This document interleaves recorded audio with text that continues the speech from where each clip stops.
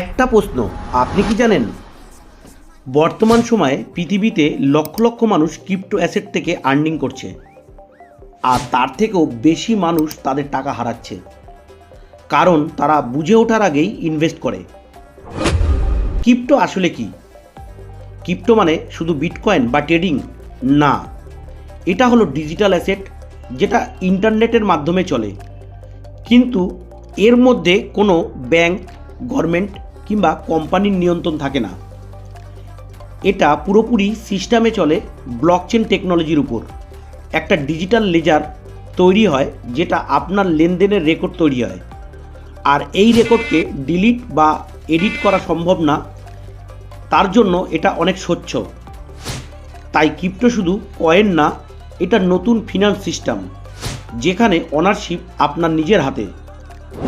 কিন্তু মনে রাখবেন, ক্রিপ্টো শেখা জরুরি, রিস্ক ম্যানেজমেন্ট করা জরুরি, এবং সঠিক নলেজ ছাড়া টাকা ইনভেস্ট করা অনেক বিপজ্জনক।